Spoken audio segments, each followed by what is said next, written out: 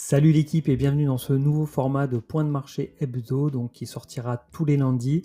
Vous êtes globalement 92% à être intéressés par ce type de format.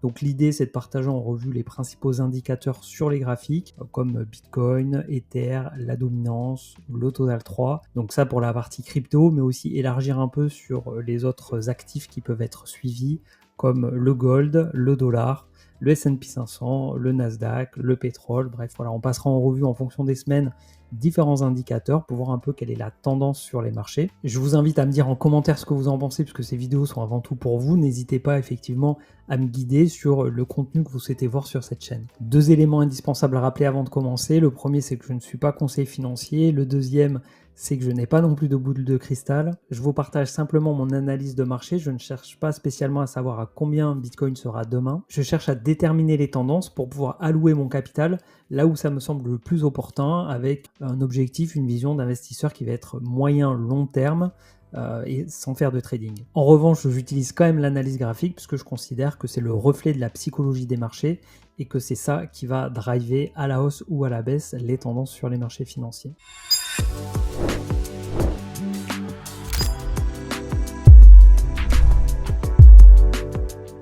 Bienvenue sur La Crypto by Joe. Pour ceux qui me découvrent sur cette vidéo, je m'appelle Jonathan, j'investis dans les cryptos depuis 2017 et depuis un peu plus d'1 an maintenant, je partage mon parcours dans l'investissement crypto, mon expérience sur cette chaîne YouTube. Donc je vous invite à aller faire un petit tour dessus. Si vous pensez que le contenu peut vous être utile, eh bien, je vous invite à vous abonner et à activer la cloche pour ne pas louper la sortie des prochaines vidéos. Pour ceux qui débutent, j'ai mis à votre disposition dans la description un guide gratuit qui vous présente toutes les bases nécessaires à connaître pour pouvoir débuter sereinement dans l'investissement crypto. Cette semaine, on attaque plutôt dans le vert, donc là on est en mensuel, on voit notamment des cryptos liés à l'intelligence artificielle comme Tao, Render ou FET qui se distinguent de par leur performance. On a également Core qui réalise la plus grosse perf du top 100 qui est un projet de stacking de Bitcoin pour ensuite faire de la finance décentralisée. Donc dans une période plutôt de peur, de désintérêt sur la crypto, on voit qu'on est dans une semaine de rebond avec notamment des alts qui font des performances assez intéressantes. Après, elles se sont tellement fait massacrer que voilà, c'est normal à un moment donné que ça rebondisse un peu. Et je vous propose quand même de commencer par le boss qui est Bitcoin. Donc là, on est en weekly et ici, j'avais dessiné une droite de tendance baissière puisque à court terme, on est baissier sur Bitcoin. Cette droite a été cassée à la hausse ce début de semaine, donc on est encore au tout début de la semaine, on est lundi 21 avril, donc à voir ensuite au niveau de la clôture si on reste au-dessus ou si on repasse en dessous. On a réussi à maintenir ce support-là autour des 80 000. On a évité ce que j'avais dessiné ici comme le prochain support autour des 72 000 qui correspondait au top ici. Maintenant, tant qu'on reste en dessous des 92 000, je considère qu'à court terme, Bitcoin est toujours baissier. Pour pouvoir réenclencher une dynamique haussière, pour moi, il faut revenir au-dessus des 92 000, réintégrer du coup ce range. Et idéalement, ce qu'on attend de voir, en tout cas c'est le scénario que je privilégie sur 2025, c'est de voir Bitcoin faire un plus haut historique. Et pour moi, ce scénario-là, ce sera invalidé si on passe en dessous des 72-73 000, cette zone-là, pour ensuite du coup évoluer plus bas. Là, on pourrait du coup rentrer pour moi en marché baissier sur Bitcoin à moyen terme. Donc pour moi, Bitcoin à court terme, c'est baissier, mais moyen-long terme, ça reste encore haussier. Moyen terme, il faudrait passer en dessous. Et long terme, pour moi, Bitcoin est haussier. Je ne sais pas à quel niveau il faudrait pour invalider ce marché haussier, mais il faudrait descendre bien plus bas pour casser la dynamique, en tout cas long terme sur Bitcoin. Je voudrais juste revenir sur la Death Cross qu'on a eu parce qu'on en a pas mal parlé. Donc la Death Cross, c'est le croisement de deux moyennes mobiles. Donc là, je passe en journalier parce que ça s'étudie du coup sur la moyenne des 50 jours versus 200 jours. Donc la 50 jours qui est plus dynamique puisque du coup elle a que 50 jours, elle est en bleu. La verte, du coup, elle est moins dynamique puisqu'elle a plus de périodes en compte. Elle a 200 jours et donc ici, on a eu ce croisement quand Bitcoin est passé justement sous les 80 000. À ce moment-là, il y a eu donc la fameuse Death Cross. Là où effectivement on peut voir un signe baissier assez fort, c'est à mettre en perspective pour moi si la dynamique moyen-long terme est toujours haussière.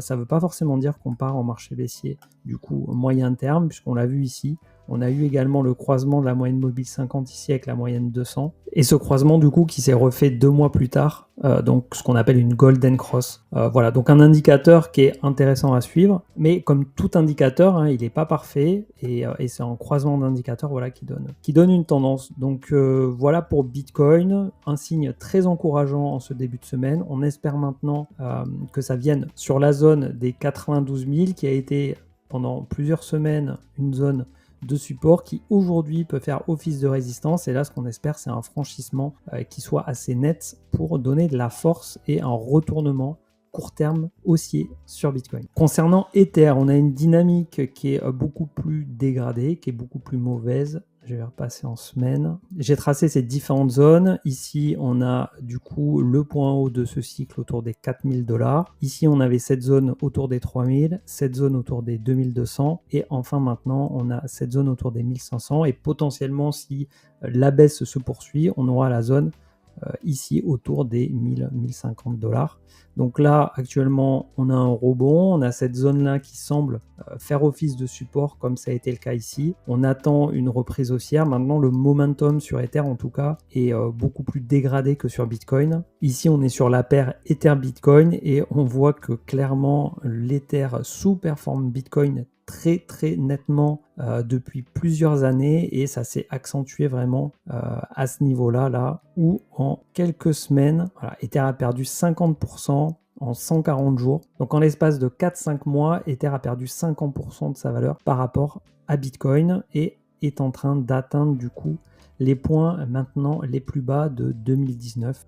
Voilà un peu, si on retrace un peu, qu'on regarde un peu, qu'on dézoome un peu le graphique, on se situe ici. Voilà, donc ici on pourrait s'attendre à un rebond, en tout cas c'est ce que beaucoup espèrent, quoique il y a peut-être plus grand monde qui espère aujourd'hui qu'Ether remonte tellement de gens ont capitulé dessus. Et si on regarde la dominance, donc on a un Bitcoin qui est toujours très fort, de plus en plus fort, hein. Aujourd'hui il est sur ses plus hauts historiques et donc là il se dirige du coup tout droit sur la zone des 73% qui sera peut-être atteinte sur ce cycle en termes de dominance de Bitcoin. En tout cas aujourd'hui, malgré ce qu'on peut voir ici et des altcoins qui vont être plus performantes que Bitcoin, globalement Bitcoin continue de prendre la force et il est aujourd'hui toujours très risqué d'aller s'exposer aux alts tant qu'il n'y a pas de retournement de tendance, tant qu'il n'y a pas de sentiment qui s'inverse Bitcoin versus les alts, il est toujours plus prudent de rester sur Bitcoin. Ce qui m'incite également à rester prudent, c'est quand je vois l'or qui continue d'exploser ses records historiques, ses records sur records vraiment depuis ici là 2023, fin 2022, vraiment là depuis fin 2022 on a eu une explosion de l'or qui a fait 100% en l'espace de 2 ans et demi. Et d'ailleurs à ce sujet, moi je mets un point de vigilance aujourd'hui sur l'or qui a des cycles qui sont beaucoup plus longs que celui des cryptos auxquels on est habitué et donc qui peut continuer de monter encore comme ça pendant un petit moment. Hop, si on dézoome, on voit ici la hausse, ici elle avait duré environ 10 ans, donc ça peut encore durer voilà X années, hein. Ça c'est pas parce que ça a duré 10 ans que ça redurera 10 ans, encore une fois. Par contre, on arrive quand même dans des niveaux un peu d'euphorie. Après, voilà, ça peut encore durer. Maintenant, là où je mets le point de vigilance, c'est que quand on rentre en marché baissier, parce qu'il y a des marchés baissiers aussi sur l'or, et sur le long terme, il n'est pas forcément intéressant de détenir de l'or, on peut avoir, comme ici, un marché baissier qui dure pendant 20 ans. Voilà. Pour ça, je suis quand même assez vigilant. Il y a beaucoup de gens qui commencent à en parler. Voilà. Donc, on est peut-être au début d'une suraccélération sur l'or. Mais comme toute bulle ou comme tout excès haussier, à un moment donné, la tendance se retourne. Et aujourd'hui, dans un contexte de tension et de peur sur les marchés financiers, avoir les capitaux qui affluent sur l'or, je ne le vois pas forcément comme un bon signe pour les actifs à risque que sont les cryptos, y compris Bitcoin aujourd'hui, qui n'est pas encore une valeur de refuge. Et également, le deuxième, c'est le pétrole qui baisse. Alors, je vais me remettre en semaine. Le pétrole qui a cassé ce triangle descendant à la baisse. Et donc ça fait craindre aussi une récession. Donc, on ne veut pas voir un pétrole trop haut parce que ça entraînerait de l'inflation et une hausse des prix assez général pour tout ce qui est produit à partir de pétrole. Maintenant, on ne veut pas qu'il soit trop bas non plus, puisque c'est signe de récession. On voit ici, là, même si ce n'était pas la récession, mais c'est la crise Covid. On sait la catastrophe que ça peut entraîner d'un point de vue économique. Donc voilà, à surveiller. Aujourd'hui, on est en dessous de cette zone-là. Mais c'est signe aussi pour moi que les investisseurs sont plutôt prudents sur la croissance économique mondiale à venir. On a un dollar qui est sur ses plus bas. Donc ici, on a un range qui est en cours pour moi depuis 3 ans. On a tantôt oscillé, voilà, borne hausse et borne basse. On a fait un petit excès sur le début d'année au-dessus de la borne haute, et depuis que Trump a été investi, on a un dollar qui baisse. Donc sur le DXY, c'est le dollar versus un panier de devises.